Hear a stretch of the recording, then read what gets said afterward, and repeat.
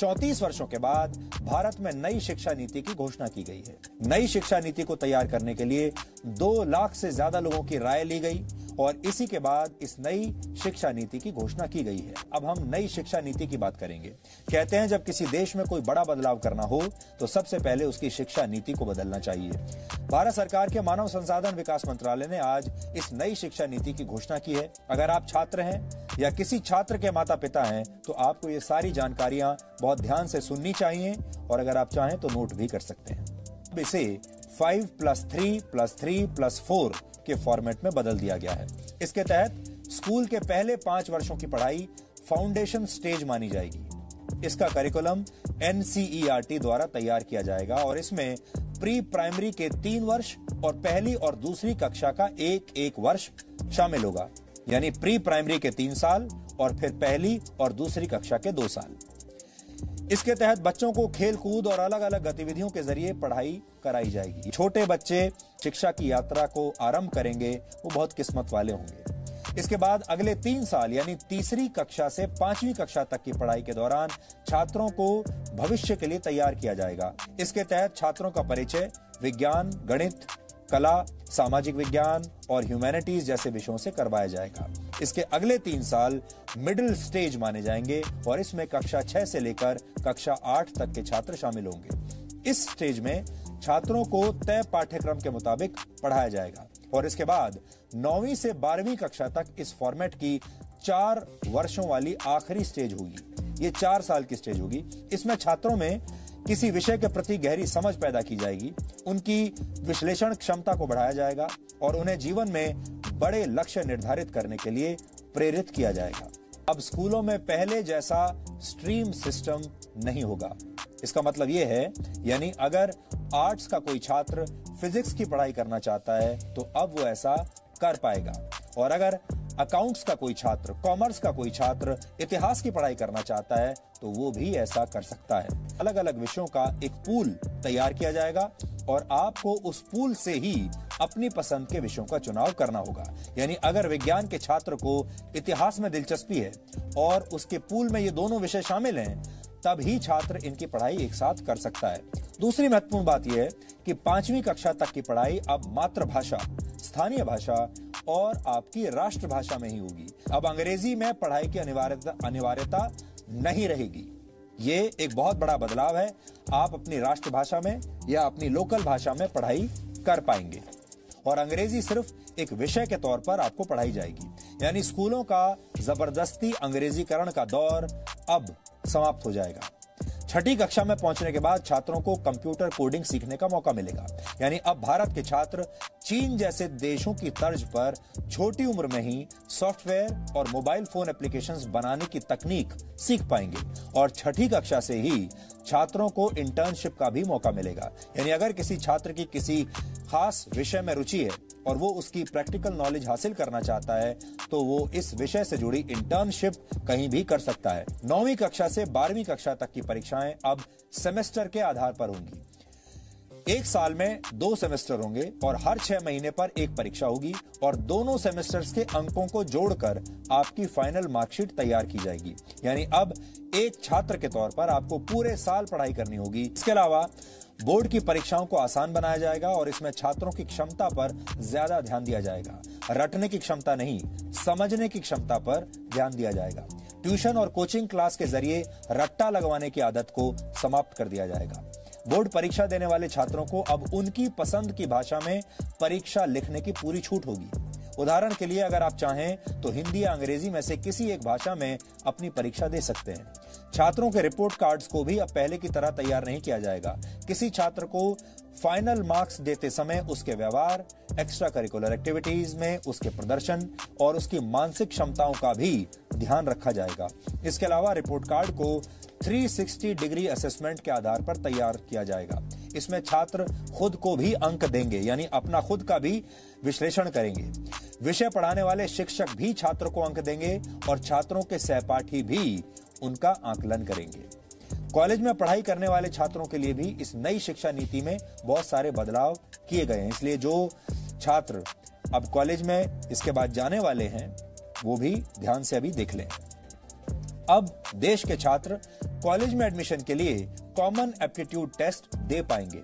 इसका अर्थ यह है कि अगर 12वीं कक्षा के बोर्ड एग्जाम्स में आपके ठीक नंबर नहीं आए हैं या आपके मार्क्स इतने नहीं आए हैं कि आपको कट ऑफ परसेंटेज के आधार पर सीधे किसी कॉलेज में एडमिशन मिल पाए, तो आप कॉमन एप्टीट्यूड टेस्ट भी दे सकते हैं और फिर इस टेस्ट में आपके प्रदर्शन को आपके 12वीं कक्षा के नंबरों के साथ जोड़ दिया जाएगा और उस आधार पर आपको आपके मनपसंद कॉलेज में एडमिशन मिल पाएगा।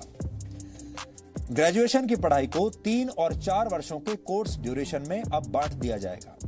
पहले अगर आप कॉलेज की पढ़ाई बीच में ही छोड़ देते थे तो आपको ग्रेजुएशन की डिग्री नहीं मिलती थी। या तो आप पूरी पढ़ाई कीजिए और या बिल्कुल मत कीजिए। लेकिन नई शिक्षा नीति लागू होने के बाद अगर आप 1 साल के बाद कॉलेज छोड़ देते हैं तो आपको सर्टिफिकेट दिया जाएगा। ये आपका सर्टिफिकेट कोर्स माना जाएगा। अगर आपने कॉलेज का फर्स्ट ईयर कंप्लीट कर लिया और उसके बाद पढ़ाई छोड़ दी तो आपको सर्टिफिकेट कोर्स का सर्टिफिकेट मिलेगा। इसी तरह अगर आप सेकेंड ईयर पास करने के बाद 2 साल के बाद पढ़ाई छोड़ देते हैं तो आपको डिप्लोमा दिया जाएगा। और अगर आप थर्ड ईयर यानी 3 साल की पढ़ाई पूरी कर लेते हैं तो आपको बैचलर्स डिग्री दी जाएगी। और अगर आप 4 साल का कोर्स करके बैचलर्स डिग्री लेना चाहते हैं तो आपको रिसर्च के सर्टिफिकेट के साथ ये डिग्री मिलेगी। इससे उन छात्रों को बहुत फायदा होगा जो कॉलेज के दौरान किसी प्रोजेक्ट पर काम कर चुके हैं। 4 वर्ष के इस कोर्स में स्कूल के छात्रों की तरह कॉलेज के छात्र भी अलग अलग विषयों की पढ़ाई एक साथ कर पाएंगे। इस व्यवस्था को मल्टी एंट्री और मल्टी एग्जिट वाली व्यवस्था कहा जाता है। यानी छात्र जब जिस विषय की पढ़ाई करना चाहेंगे तो वो ऐसा कर सकेंगे और जब वो ये पढ़ाई छोड़ना भी चाहेंगे तो ये काम भी आसानी से कर सकेंगे। इसीलिए इसे मल्टी एंट्री और मल्टी एग्जिट कहा गया है। आप जब चाहे एंट्री ले सकते हैं और एग्जिट भी कर सकते हैं जब चाहें। इसके अलावा एक एकेडमिक बैंक ऑफ क्रेडिट बनाया जाएगा।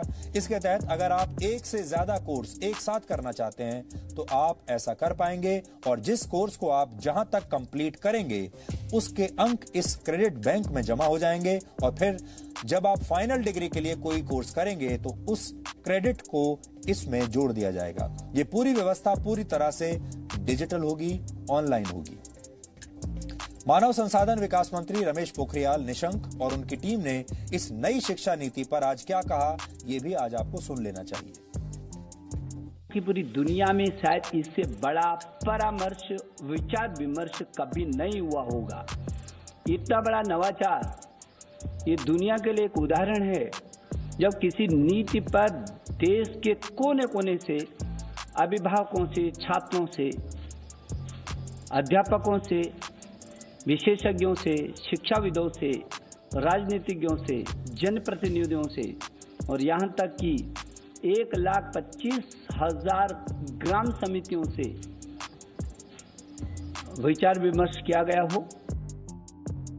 यह बेहद महत्वपूर्ण है क्योंकि 34 साल से शिक्षा नीति में परिवर्तन नहीं हुआ था और इसलिए आज का ये जो परिवर्तन है और जो नई शिक्षा नीतियाँ है, मुझे विश्वास है कि पूरा समाज और सभी देशवासी इसका स्वागत करेंगे और दुनिया के शिक्षाविद भी इसको निश्चित रूप से सराहना करेंगे।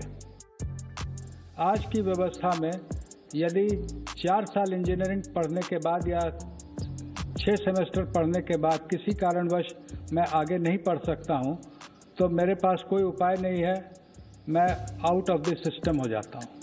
Multiple entry and exit system में ये रहेगा कि 1 साल के बाद सर्टिफिकेट, 2 साल के बाद डिप्लोमा, 3 या 4 साल के बाद डिग्री, यानी और multiple entry through academic bank of credit, जो नीचे बुलेट है कि मेरे जो क्रेडिट फर्स्ट ईयर के हैं, सेकेंड ईयर के हैं, जैसे बैंक के सेविंग अकाउंट होते हैं वैसे ही एकेडमिक क्रेडिट में डिजी लॉकर के माध्यम से हमारे वहाँ पर क्रेडिट रहेंगे। So that in the third year if I want to take a sabbatical for a year or I want to take a break for any reason, family condition or otherwise for some time, and I return after a fixed period, within a fixed period of which will be prescribed by the new Higher Education Commission. If I come back to the education system, I will not be asked to repeat the first and second year. My credits are already there in the academic credit bank. I will utilize those credits for my further education. आप सब जानते हैं कि अभी 10+2 structure है, जिसमें जो पहले 10 वर्ष हैं उनका एक तरह से फेज वाइज करिकुलम होता है। फिर सडनली जब आप सेकेंडरी में जाते हैं, +2 में जाते हैं, तो सब्जेक्ट जो है स्पेशलाइजेशन होने लगती है। यहाँ पर जो हम सिस्टम लेकर के आए हैं वो 15 वर्ष का जो आप देख रहे हैं 5+3+3+4, उसमें 3 वर्ष तो पूर्व प्राथमिक हैं। उसी तरह जो +4 लिखा है वो 9th to 12th है।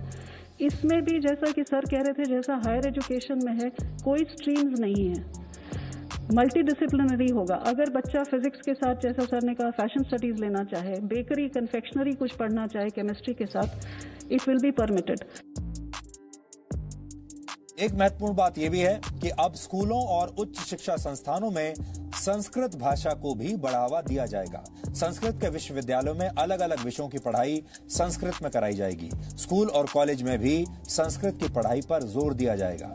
IITs की शिक्षा व्यवस्था को भी पहले से ज्यादा समग्र बनाया जाएगा और अब इन उच्च शिक्षा संस्थानों में आर्ट्स और ह्यूमैनिटीज के विषय भी पढ़ाए जाएंगे। इससे आर्ट्स और ह्यूमैनिटीज के छात्र विज्ञान की जानकारियों का इस्तेमाल दूसरे क्षेत्रों में अपनी स्किल्स को बेहतर करने के लिए कर पाएंगे। कुल मिलाकर अब देश की शिक्षा व्यवस्था ऐसी होगी कि छात्र व्यावहारिक ज्ञान हासिल करके देश के लिए बड़े बड़े आविष्कार कर पाएंगे। संगीत, कला और साहित्य को देश के हर कॉलेज में पढ़ाया जाएगा और अब उन पेरेंट्स को और छात्रों के लिए भी एक महत्वपूर्ण जानकारी है जो स्कूल और कॉलेज की फीस को लेकर हमेशा चिंतित रहते हैं।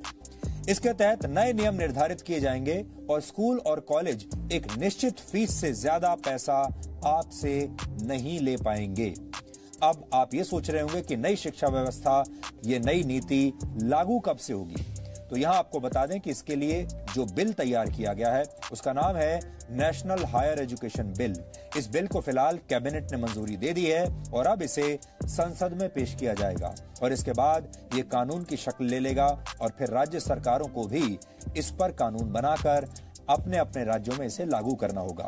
इसी शिक्षा नीति की घोषणा के साथ मानव संसाधन विकास मंत्रालय का नाम भी अब बदल दिया जाएगा और अब इसका नाम हो जाएगा शिक्षा मंत्रालय, जो कि बहुत सरल है और ये काम बहुत पहले कर देना चाहिए था। ये शिक्षा नीति वर्ष 2021 और 2022 के एकेडमिक सेशन तक लागू हो जाएगी। यानी आपका जो अगला एकेडमिक सेशन होगा, जो 2021 में शुरू होगा, वो इस नई शिक्षा नीति के साथ, नए नियमों के साथ लागू होगा। इस नीति की घोषणा आज शाम को ही हुई है, इसलिए हमारी टीम अब भी इसका विश्लेषण कर रही है, क्योंकि ये जो पूरी शिक्षा नीति है, इसे पढ़ने में अभी और बहुत समय लगेगा। इसकी बहुत सारी क्वेरीज हैं, हमारे मन में भी इसे लेकर बहुत सारे सवाल हैं। इसलिए हमारी जो टीम है, हमारे रिपोर्टर्स की टीम, हमारा न्यूज रूम और हमारे जो रिसर्च करने वाली जो टीम है, वो लगातार इसे पढ़ रही है, इसका विश्लेषण कर रही है। बहुत सारी बातें ऐसी हैं जिनमें हम भी सरकार से और सवाल करना चाहते हैं, इसलिए हम धीरे धीरे इसका विश्लेषण करते रहेंगे, अलग अलग पार्ट्स में, अलग अलग फेजेस में, और वो विश्लेषण हम आप तक पहुंचाते रहेंगे। और हो सकता है कि अभी इसकी कई बातों पर सरकार की तरफ से आगे आने वाले समय में और भी स्पष्टीकरण आए, और जैसे ही कोई नई बात या इसमें कोई नया सुधार या कोई अपडेट हमारे पास आएगा, हम उसकी जानकारी भी आपको जरूर देंगे, क्योंकि ये देश का भविष्य बदलने वाली खबर है। इसलिए हम इस खबर का लगातार फॉलो अप करते रहेंगे।